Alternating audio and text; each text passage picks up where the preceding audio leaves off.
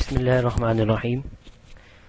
علم الصرف کا آج تعارف اس سے پہلے ہو چکا ہے، اب اس کی کتاب کا آغاز کرتے ہیں۔ تو مصنف رحمۃ اللہ نے سب سے پہلے خطبے سے آغاز کیا، الحمدللہ رب العالمین والعاقبۃ للمتقین والصلاۃ علی رسولہ محمد وآلہ واصحابہ اجمعین۔ اور پھر آگے مصنف نے اس کا ترجمہ ذکر کیا ہے۔ تو جن لڑکوں کے پاس کتاب نہیں ہے میں نے بھیج دی ہے کتاب گروپ میں، وہ ڈاؤن لوڈ کر رہے نہیں ہے تو مجھ سے رابطہ کر کے یا گروپ میں میسج کر دے تو دوبارہ بھیج دی جائے گی۔ تو یہ آپ اس کا ترجمہ پڑھ لیں، کیونکہ اگر اس کو پڑھیں تو پھر ویڈیو لمبی ہو جائے گی۔ تو ہم مقصد کی طرف آتے ہیں کہ تمام اتنے سبق شروع ہوتا ہے ہمارا اصل کہ تمام افعال متصرفہ کی تین قسمیں ہیں۔ تمام افعال متصرفہ کی تین قسمیں۔ افعال متصرفہ کس کو کہتے ہیں؟ تو کہتے ہیں فعل کی دو قسمیں ہوتی ہیں، ایک ہوتا ہے فعل متصرف اور ایک ہوتا ہے فعل غیر متصرف۔ یہ ذرا یاد رکھیے گا، فعل کی دو قسمیں ہیں، ایک ہوتا ہے فعل متصرف، ایک ہوتا ہے فعل غیر متصرف۔ فعل متصرف وہ ہے کہ جس کے مصدر سے ماضی، مضارع، امر یہ تینوں استعمال ہوتے ہیں۔ جیسے الضرب مصدر ہے، اس سے ہم نے بنایا ضربہ۔ اسی طرح النصر مصدر ہے تو ہم نے اس سے بنایا ناصرہ۔ تو یہ ماضی کے صیغے ہیں۔ مضارع سے بنے گا، اس کے شروع میں یا لیں، یضرب، اس کے شروع میں یا دیں، ینصر، ینصر۔ اور امر اس سے بنے گا اضرب اور اس سے بنے گا انصر۔ یہ آگے آئے گا کہ کس طرح مضارع بنتا ہے، کس طرح امر بنتا ہے۔ صرف یہاں پہ آپ اتنی بات یاد رکھنے کہ فعل متصرف اس سے کو کہتے ہیں کہ جس سے آگے تین چیزیں بنتی ہو، نمبر ایک ماضی بنتا ہو، نمبر دو مضارع اور نمبر تین امر۔ بس اتنی بات آپ یاد رکھ لیں۔ باقی امر کس کو کہتے ہیں، مضارع کس کو کہتے ہیں، ماضی، وہ آگے آ رہا ہے۔ اور فعل غیر متصرف کس کو کہتے ہیں کہ جس کے مصدر سے تینوں چیزیں نہ بنتی ہو، نہ ماضی بنتا ہو، نہ مضارع بنتا ہو، نہ امر۔ جیسے عصا اور نعمہ، اس سے کچھ بھی نہیں بنتا۔ پھر آگے مفعول بھی کو چاہنے نہ چاہنے کے اعتبار سے بھی فعل کی دو قسمیں ہیں، ایک ہوتا ہے فعل لازم، فعل متعدی۔ فعل لازم اس کو کہتے ہیں کہ وہ فعل ہے جو صرف فاعل پر پورا ہو، جیسے مفعول بھی کی صورت ہی نہ ہو۔ جیسے ذہب گیا، مثلا میں کہتا ہوں ذہب زید، زید گیا۔ اب دیکھو یہ زید فاعل ہے، اس پہ یہ بات پوری ہوگی کہ وہ گیا۔ تو ذہب زید، زید گیا، اب بات پوری ہوگی، اس کو کہتے ہیں فعل لازم کہ فاعل پہ بات پوری ہو جائے۔ اور فعل متعدی کس کو کہتے ہیں کہ وہ فعل ہے کہ جو صرف فاعل پہ پورا نہ ہو بلکہ اسے مفعول بھی کی بھی ضرورت ہو۔ جیسے ناصرہ، ناصرہ کا معنی ہوتا ہے مدد کیا۔ تو اب دیکھیں ناصرہ زید، زید نے مدد کی، کس کی مدد کی بھائی؟ ابھی بات پوری نہیں ہوئی۔ عمرن، عمر کی مدد کی۔ اب دیکھیں یہ متعدی بن گیا۔ تو ناصرہ زید، زید نے مدد کی، ابھی بات پوری نہیں ہوئی۔ تو جو ہی ہم نے کہا عمرن، زید نے مدد کی، عمر کی، تو اب یہ لازم ہو گیا، یہ متعدی بن گیا۔ تو لازم کس کو کہتے ہیں کہ جو صرف دو چیزوں میں پورا ہو جائے، ادھر ذہب آئے اس کے بعد ایک اور لفظ آ جائے، اور ناصر کے بعد جب تک دو لفظ نہیں آئیں گے تو اس وقت تک یہ متعدی نہیں بنے گا۔ تو اس کی آسان مثال آپ دی ہوئی ہے، آسانی سے پھر سمجھ لیں۔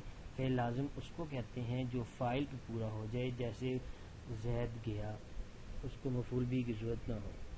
اور متعدی وہ ہے کہ جو صرف فاعل پہ پورا نہ ہو بلکہ اسے مفعول بھی کی ضرورت ہو۔ اور پھر اس کی تین قسمیں ہیں، ماضی، مستقبل، حال۔ ماضی، مستقبل، حال۔ تو میں نے کہا تھا کہ ماضی آئے گا، ماضی سے مراد پیچھے گزر چکے ہیں فعل ماضی، فعل مستقبل اور حال۔ اب کہتے ہیں کہ یہ تین قسمیں فعل متصرفہ کی ہیں، پیچھے آپ نے پڑھا ہے، اور متصرفہ کی تعریف آپ نے پڑھی، اس کو کہتے ہیں کہ جس سے ماضی بنتا ہو، مضارع بنتا ہو اور امر۔ اور جو افعال متصرفہ ان تین کے لمع ہیں، مثلا ماضی، مستقبل کے لمع ہیں، وہ بھی انہی تینوں سے ہی نکلتے ہیں۔ مثلا امر بھی انہی سے ہی بنتے ہیں، آگے جتنے بھی آئیں گے وہ سارے کے سارے انہی سے ہی بنتے ہیں۔ امر اس سے بنتا ہے، آگے نفی جہاد اس سے بنتا ہے۔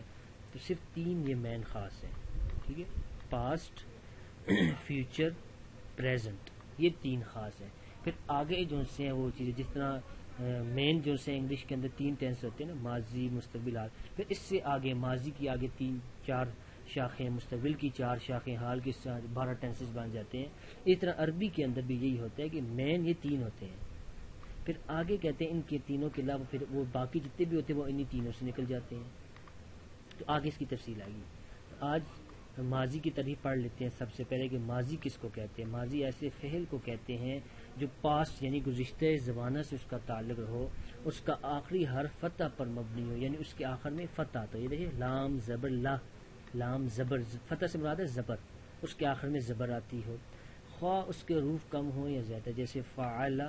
آپ دیکھیں 3 حروف ہیں اس کے اندر، اس میں بھی 3 ہے، اس میں بھی 3 ہے، اس میں بھی 3 ہے، لیکن آگے ہم نے ایک زیادہ کر دیا فعل، لیکن اس کے باوجود آخر میں دیکھیں فتح آ رہا ہے، زبر آ رہی ہے.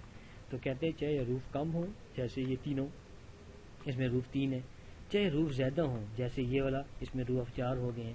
تو کہتے ہیں چاہے حروف کم ہوں چاہے زیادہ ہوں، اس کے آخر میں فتح آئے گا، جیسے لام زبر لا، لام، کیونکہ ان کا آخر ہی ہے نا لام. اب دیکھیں جیسے ضربہ، اس ضربہ کا آخر کیا ہے با. اسی طرح سامیہ، اس کا آخر کیا ہے عین، اس پہ دیکھیں فتح زبر ہے. کاروما، اس کا آخر کیا ہے میم، دیکھیں اس پہ بھی زبر ہے. بعثا، یہ 3 سے زیادہ ہے، 4 لفظ ہیں، تو اس کے آخر میں را ہے، تو را پہ کیا ہے زبر ہے. تو یہ بات اگر سمجھ میں آ گئی ہوگی کہ اس کا آخر فتح مبنی ہونے کا مطلب کیا ہے کہ آخر میں زبر آتی ہے. لیکن اگر کوئی مجبوری ہو تو ماضی کا آخر حرف فتح پر مبنی نہیں ہوتا کسی وجہ سے. اگر کوئی ایسی علت آ جائے، کوئی ایسی دلیل آ جائے کہ جو اس بات پہ دلالت کرے کہ نہیں بھائی آخر میں فتح نہیں ہے، آخر میں کوئی زبر شبر نہیں ہوگا، تو پھر اس صورت میں اس پہ زبر نہیں آئے گا. مثلا آگے ان کی مثال دی، اگر آخر میں واو ہو تو اس کا آخری حرف ضمہ پر مبنی ہوگا، جیسے فعلو. اب دیکھیں لام پہ پیش ہے، پہلے لام پہ زبر تھی، یہ دیکھیں پچھلے میں تو پہلے لام پہ زبر تھی، یہ دیکھیں عین پہ، ادھر بھی لام پہ، لیکن یہاں پر آ کے لام پر آ گیا پیش. کیوں پیش آ گیا؟ کیونکہ مجبوری کیا ہے کہ ہمارے پاس آگے واو آ گئے ہیں، اور آپ پیچھے پڑے اگر کوئی مجبوری ہو تو پھر فتح نہیں آتا. اب یہاں ہمارے پاس مجبوری ہے کہ واو الف آ گیا، لہٰذا اس وجہ سے ہم نے اس پہ پیش پڑھ دیا. امید ہے کہ سمجھ آ گئی ہوگی. اور اگر یہ ایک مجبوری، اور اگر آخر میں ضمیر متحرک ہو تو اس کا آخری حرف سکون پر مبنی ہوتا ہے، جیسے فعلتا. اب دیکھیں اس کا آخری حرف متحرک کا مطلب ہوتا ہے کہ اس پہ حرکت ہے، دیکھیں تا پہ تا زبر تا. تو اس تا زبر تا جب آخر پہ زبر آ جائے تو اس سے پہلے لام ہو تو پھر لام پہ کچھ بھی نہیں آتا، نہ زبر آتی ہے، نہ زیر آتی ہے، نہ پیش، بلکہ وہ ساکن ہو جاتے ہیں. یہ مجبوری ہے. تو 2 مجبوریوں کی وجہ سے لام کے آخر میں فتح نہیں آتا. ایک مجبوری کہ واو آ جائے، اور دوسری مجبوری کہ آخر میں تا ضمیر، یہ تا ضمیر ہے، اس کے اوپر فتح آ جائے، تو اس سے پہلے اگر لام ہو تو ہم اس کو بھی ساکن پڑھیں گے، جیسے فعلتا. اس طرح اس کو لے لیں آپ ضربتا، با کے بعد تا لیں ضربتا، تو آپ دیکھو با پہ جزم آ جائے گی. ضرب آپ پڑھ کے خود دیکھیں تو آپ کو پتہ چلے گا ضرب، را با زبر رب، تا زبر تا. اس طرح سمعتا، عین پہ جزم آ گیا. کرمتا، میم پہ جزم آ گیا. بعثرت یا بعثرتا، اس میں بھی دیکھیں تا پہ وہ آ گیا. تو آخر میں اگر ضمیر یعنی تا آ جائے تو ان 2 مجبوریوں کی وجہ سے ہم اس پہ فتح پڑھیں گے، فتح نہیں پڑھیں گے بلکہ جزم پڑھیں گے. تو یہ خلاصہ تھا کہ آج کے سبق کا خلاصہ یہ کہ ہم نے 2 چیزیں پڑھی ہیں. فعل کی 2 قسمیں، متصرفہ غیر متصرفہ. متصرفہ اس کو کہتے ہیں کہ جس سے ماضی بھی بنتا ہو، مضارع بھی بنتا ہو، امر بھی بنتا ہو. مضارع کیا چیز ہے؟ ماضی امر یہ آگے آ رہا ہے، ماضی تو آج آپ نے پڑھ لیا. غیر متصرفہ وہ ہے جس سے نہ ماضی بنتا ہو، نہ مضارع بنتا ہو، نہ امر بنتا ہو. پھر فعل کی میں نے 2 قسمیں مزید بتائی. لازم ہوتا ہے، متعدی. لازم کے گئے ہیں جو فاعل پہ پورا ہو جائے، جیسے ذهب زید، زید گیا، بس بات پوری، زید گیا. آگے متعدی وہ ہے کہ جو فاعل پہ پورا نہ ہو، اس کو مفعول کی بھی ضرورت ہو، کہ مثلا نصارہ زید، زید نے مدد کی. بھائی کس کی مدد کی؟ عمرن، عمر کی مدد کی. بکر کی. تو یہ متعدی بن جائے گا. پھر آگے میں نے بتایا کہ جو فعل متصرفہ ہیں ان کی 3 قسمیں، ماضی، حال، مستقبل، پاسٹ، فیوچر، پریزنٹ. ابھی یہاں پہ آج ماضی کی بات ہو رہی ہے، یعنی پاسٹ کی، کہ اس فعل کو کہتے ہیں جو گزشتہ زمانے سے تعلق رکھتا ہو، پاسٹ والے. اس کا آخری حرف ہمیشہ فتح پہ مبنی ہوگا، لیکن 2 صورتیں ایسی ہیں کہ اس صورت میں اس کا آخر پہ فتح نہیں آئے گا. اور ایک صورت کون سی ہے کہ جب اس کے آخر میں واو آ جائے جیسے فعلو میں ہے تو پھر اس پہ پیش آ جائے گا، اور دوسری صورت ہے کہ اس کے آخر میں تا ضمیر آ جائے تو اس سے پہلے اگر لام ہو تو اس پہ جزم آ جائے گا۔ یہ دو مجبوریاں ہیں، اس کے علاوہ فتح آئے گا، ورنہ ان دو مجبوریوں کی وجہ سے ایک صورت میں ضمہ اور ایک صورت میں جزم آئے گا۔